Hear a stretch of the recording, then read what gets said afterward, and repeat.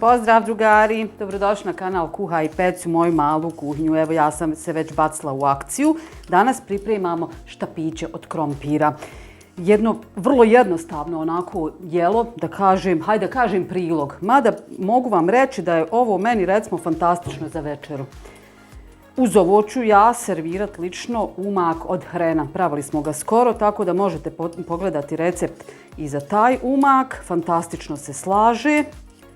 I eto, malo će olakšati tu varijantu prženja krompira. Dakle, hren sagorijeva masnoće, jel?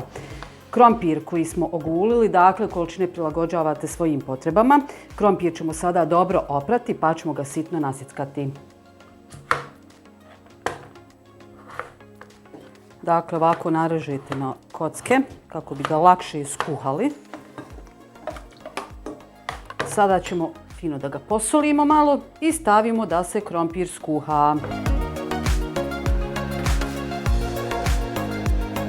Krompir je skuhan, ocijedili smo ga, sada pripremamo tavu za prženje. Tu ćemo da naspijemo ulja otprilike nekih 100 ml. To ide na šporet. Krompir ćemo dobro da izgnječimo.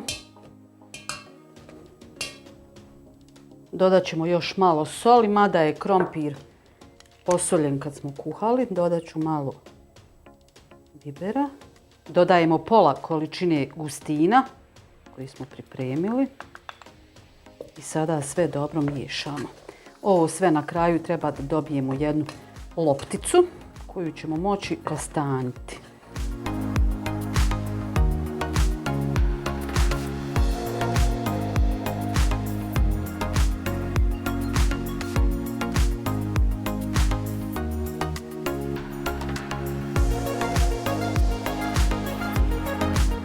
Kako rekoh, od ovog ćemo napraviti jednu lopticu.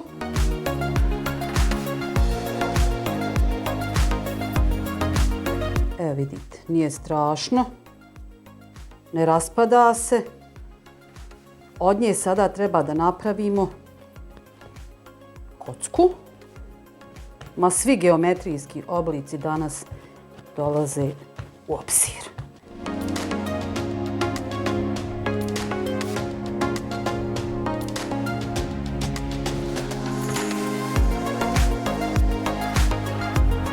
Dakle, ne mora biti idealno, jer ovo sada režemo, pa pravimo valjak. Ma čista matematika.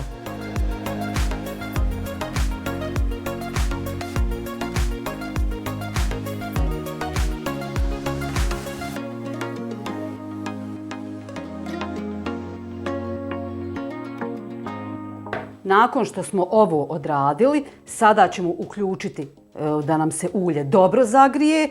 A dok se ulje grije, mi ćemo od svake od ovih kockica napraviti valjak. Ako se ne raspije. Sam polako. Mislim, možete vi pršiti i kockice ako hoćete. Ali evo, to ovako treba otprilike da izgleda.